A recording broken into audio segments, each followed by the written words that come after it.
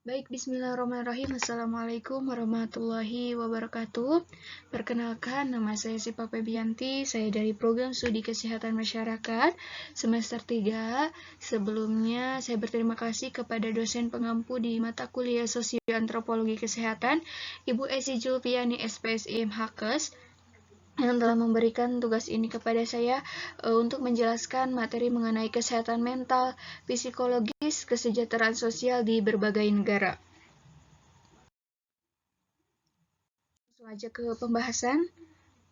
Pembahasan yang pertama ada pengertian kesehatan mental, yang kedua kesehatan mental menurut WHO, yang ketiga karakteristik kesehatan mental, yang keempat ruang lingkup kesehatan mental, yang kelima prinsip-prinsip kesehatan mental, dan yang terakhir ada tujuan dan fungsi kesehatan mental bagi kehidupan individu. Pengertian kesehatan mental dalam buku Mental Hygiene, kesehatan mental berkaitan dengan beberapa hal. Pertama, bagaimana seseorang memikirkan, merasakan, dan menjalani keseharian dalam kehidupan. Yang kedua, bagaimana seseorang memandang diri sendiri dan orang lain. Yang ketiga, bagaimana seseorang mengevaluasi berbagai alternatif solusi dan bagaimana mengambil keputusan terhadap keadaan yang dihadapi, menurut Yusuf 2011. Kesehatan mental merujuk pada kesehatan seluruh aspek perkembangan seseorang, baik fisik maupun psikis. Kesehatan mental juga meliputi upaya-upaya dalam mengatasi stres, ketidakmampuan dalam menyesuaikan diri, bagaimana berhubungan dengan orang lain, serta berkaitan dengan pengambilan keputusan. Karena kesehatan mental tiap individu berbeda dan mengalami dinamisasi dalam perkembangannya, karena pada hakikatnya manusia dihadapkan pada kondisi di mana ia harus menyelesaikan dengan beragam alternatif pemecahannya. Ada kalanya tidak sedikit orang yang pada waktu tertentu mengalami masalah-masalah kesehatan mental dalam kehidupannya. Selanjutnya ada kesehatan mental menurut WHO, World Health Organization. Menurut WHO, sehat adalah suatu kondisi yang lengkap secara fisik, mental, dan kesejahteraan sosial. Di samping itu, tidak ada penyakit atau kelemahan yang dimiliki. Definisi sehat tidak hanya berkaitan dengan fisik semata, namun juga berkaitan dengan sehat secara fisikis dan mencapai kesejahteraan sosial. Selanjutnya, WHO juga mendefinisikan bahwasanya kesehatan mental sebagai kondisi kesejahteraan individu yang menyadari potensinya sendiri, dapat mengatasi tekanan kehidupan yang normal, dapat bekerja secara produktif dan berbuah, dan mampu memberikan kontribusi kepada komunitasnya. Kesehatan mental juga merujuk pada bagaimana individu tersebut mampu menyesuaikan diri serta berinteraksi baik dengan lingkungan sekitarnya, sehingga individu terhindar dari gangguan mental tersebut. Karena terdapat beberapa istilah dalam mengungkapkan kesehatan mental, yaitu mental hygiene dan psikohygiene. Kedua perbedaan istilah tersebut sebenarnya tidak ada perbedaan yang mendasar, namun istilah yang sering dipakai saat ini adalah kesehatan mental atau mental health. Selanjutnya ada karakteristik kesehatan mental. Karakteristik kesehatan mental dapat dilihat dari ciri-ciri mental yang sehat.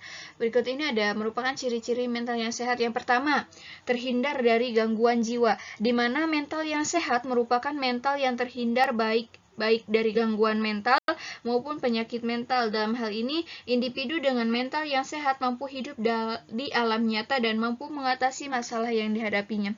Yang kedua ada mampu menyesuaikan diri. Di sini penyesuaian diri atau self adjustment adalah proses dalam memperoleh atau pemenuhan kebutuhan need satisfaction sehingga individu mampu mengatasi stres, konflik, frustasi, serta masalah-masalah tertentu melalui alternatif dengan cara-cara tertentu. Yang ketiga ada mampu memanfaatkan potensi secara maksimal. Nah, di sini itu selain mampu menghadapi permasalahan yang dihadapi dengan berbagai alternatif solusi pemecahannya, hal penting lainnya yang merupakan indikasi sehat secara mental adalah secara aktif individu mampu memanfaatkan kelebihannya, yaitu dengan cara mengekspor potensi semaksimal mungkin. Yang dimana memanfaatkan potensi secara maksimal dapat dilakukan dengan keikutsertaan secara aktif oleh individu dalam berbagai macam kegiatan yang positif serta konstruktif bagi pengembangan kualitas dirinya. Yang keempat ada mampu mencapai kebahagiaan pribadi dan orang lain. Nah, di sini tuh poin ini dimaksudkan bahwasanya pada segala aktivitas individu yang mencerminkan untuk mencapai kebahagiaan bersama, individu dengan mental yang sehat menunjukkan perilaku atau respon terhadap situasi dalam memenuhi kebutuhannya dengan perilaku atau respon yang positif, tidak mengorbankan hak orang lain. Ada juga menurut WHO menyebutkan bahwa karakteristik mental yang sehat adalah yang pertama, mampu belajar sesuatu dari pengalaman, yaitu dengan kita belajar dari pengalaman yang sebelum-sebelumnya gitu. Yang kedua, mampu beradaptasi. Kita seorang manusia itu harus sering berinteraksi dengan orang lain karena mungkin bisa menambah komunikasi kita dengan orang lain dengan baik gitu. Yang ketiga, lebih senang memberi daripada menerima. Nah, yang keempat, lebih cenderung membantu daripada dibantu. Yang kelima, memiliki rasa kasih sayang. Yang keenam, memperoleh kesenangan dari segala hasil usahanya. Yang ketujuh, menerima kekecewaan dengan menjadikan kegagalan sebagai pengalaman. Dan yang terakhir ada selalu berpikir positif atau positive thinking.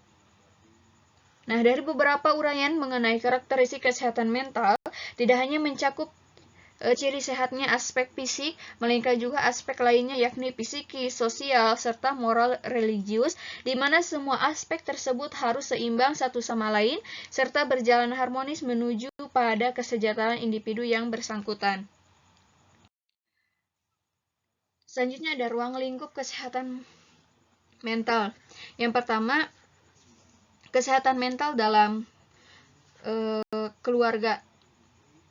Penerapan kesehatan mental dalam keluarga sangat penting untuk tercapainya suasana yang harmonis antar anggota keluarga. Apabila hubungan interpersonal keluarga, misalnya antar suami istri, orang tua dan anak, atau antar saudara kurang harmonis, maka dalam keluarga tersebut akan tercipta iklim psikologis yang tidak kondusif dan tidak nyaman. Contohnya, sikap permusuhan, terus sibling rivalry yang tidak sehat sehingga menyebabkan iri hati ataupun cemburu, terjadinya pertengkaran, tidak memperhatikan nilai moral. Sehingga sangatlah penting bagi suami istri pun dalam mengelola keluarga untuk menciptakan suasana yang kondusif dalam keluarga, terutama bagi anaknya. Yang kedua ada kesehatan mental di sekolah. Jika kesehatan mental di dalam keluarga dipengaruhi oleh iklim psikologis dalam keluarga, maka kesehatan mental di sekolah pun didasarkan pada asumsi bahwa perkembangan kesehatan mental peserta didik dipengaruhi oleh iklim sosio-emosional di sekolahnya. Karena pengetahuan serta pemahaman pimpinan sekolah, para guru, terutama guru BK atau konselor, tentang kesehatan mental sangatlah penting. Itu yang ketiga ada kesehatan mental di tempat kerja. Peranan penting lingkungan kerja dalam kehidupan manusia juga tidak dapat dipandang sebelah mata. Lingkungan kerja tidak hanya menjadi tempat mencari nafkah, ajang persaingan bisnis, dan peningkatan kesejahteraan hidup, tetapi juga menjadi sumber stres yang memberikan dampak negatif terhadap kesehatan mental bagi semua orang yang berinteraksi di tempat tersebut. Misalnya, individu yang terkait di dalamnya diantaranya adalah sebagai pejabat, pimpinan, pegawai, atau karyawan.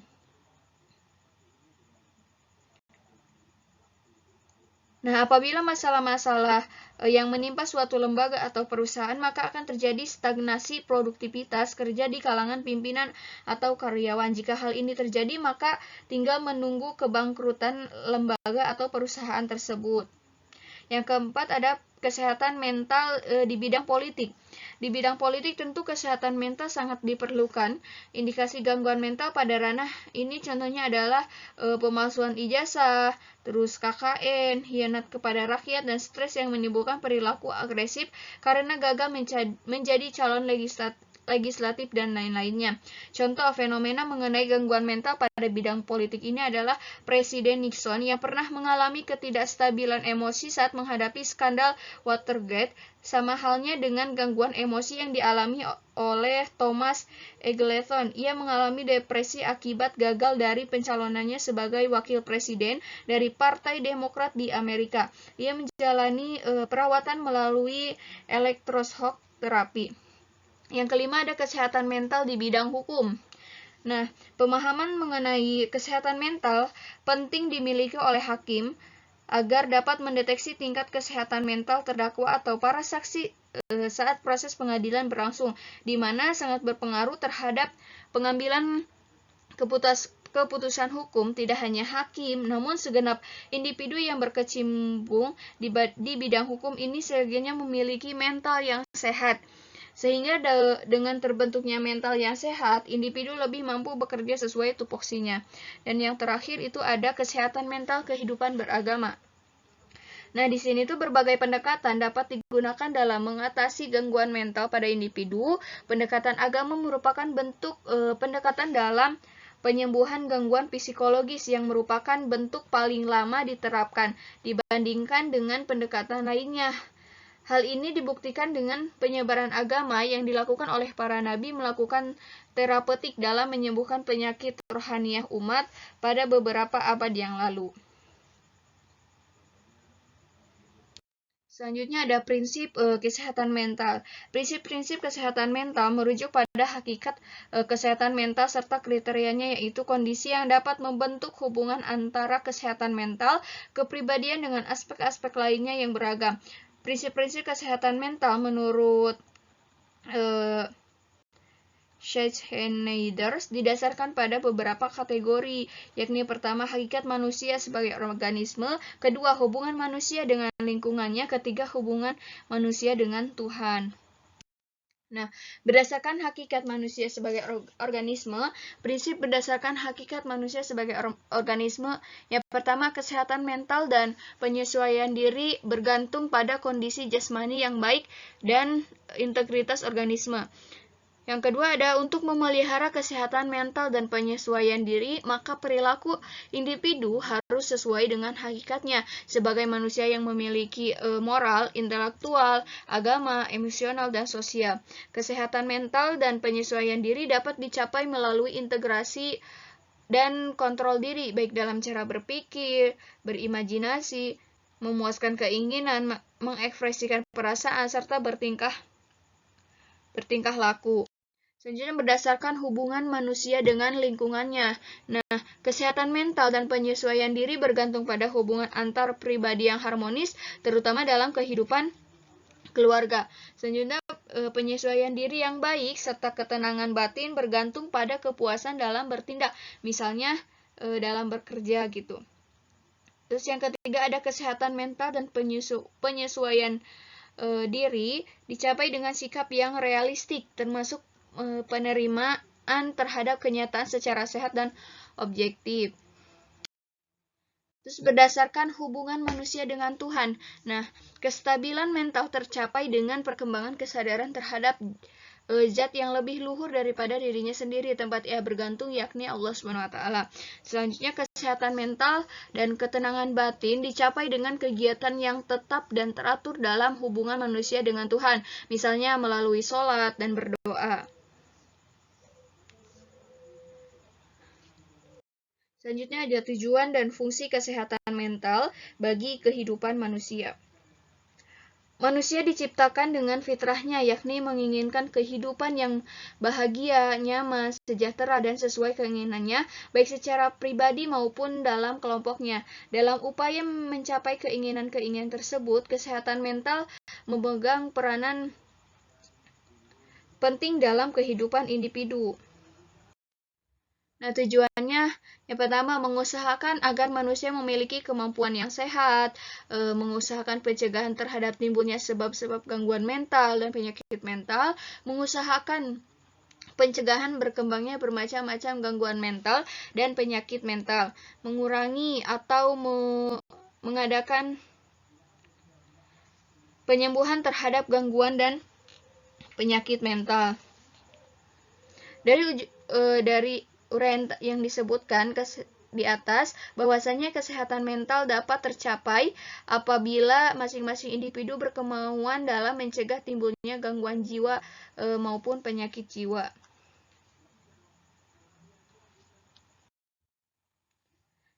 Nah, fungsi kesehatan mental berusaha dalam memelihara dan mengembangkan kondisi mental individu agar sehat serta terhindar dari mental illness atau sakit mental. Nah, fungsi-fungsi kesehatan mental itu ada 3. Yang pertama ada prevention. Yang kedua ada amelioration. Yang ketiga ada preservation.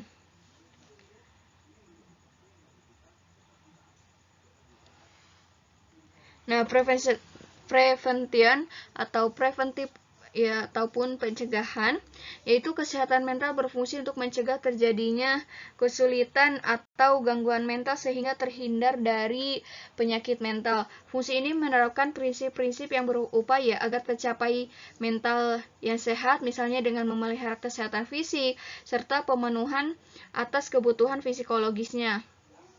Cara yang dapat dilakukan adalah dengan menjaga kesehatan fisik serta pemenuhan kebutuhan psikologisnya seperti memperoleh kasih sayang, rasa aman, penghargaan diri, aktualisasi diri sebagaimana mestinya sehingga individu mampu memaksimalkan potensi yang dimilikinya.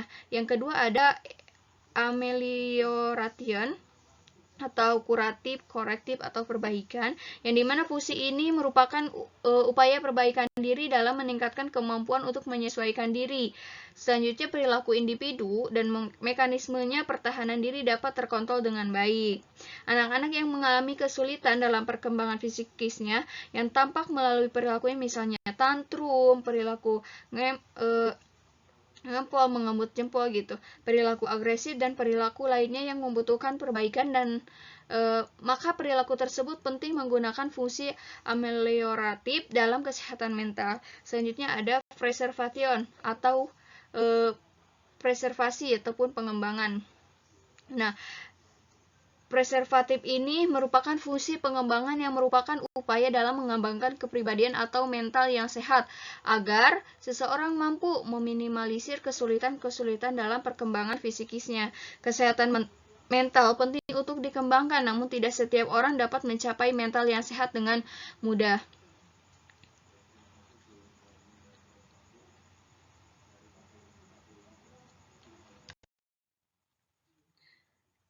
Nah, ciri-ciri orang yang tidak sehat mentalnya, yang pertama, ia merasa tidak bahagia dalam kehidupan dan hubungan sosialnya. Yang kedua, merasa dalam keadaan tidak aman, dicengkam dengan rasa takut dan khawatir yang mendalam, tidak percaya akan kemampuan dirinya, tidak memiliki kematangan emosional, kepribadiannya yang kurang mantap, terus mengalami gangguan dalam sistem sarafnya, terus tidak dapat memahami kondisi dirinya sendiri.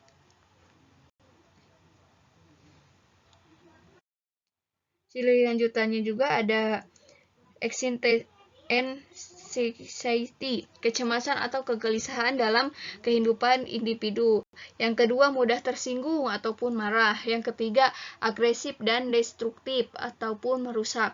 Yang keempat, pemarah yang berlebih. Yang kelima, tidak mampu menghadapi kenyataan secara realistik. Yang keenam, memiliki gejala psikosomatis atau sakit fisik yang diakibatkan oleh gangguan fisikis, misalnya karena stres yang berlebihan gitu. Yang ketujuh, tidak beriman pada Allah Subhanahu wa taala ataupun Tuhan semesta alam. Apabila perilaku-perilaku yang dapat mengacaukan kesehatan mental seperti yang dicontohkan tadi lebih dominan dalam kehidupan ini, bukan tidak mungkin akan muncul berbagai perilaku menyimpang. Perilaku menyimpang tersebut misalnya tawuran antar geng pelajar, terus miras dan narkoba yang marak dikonsumsi, terus korupsi, terus perilaku-perilaku yang menyimpang lainnya, di mana perilaku individu tersebut mengindikasikan adanya masalah dengan kesehatan mentalnya.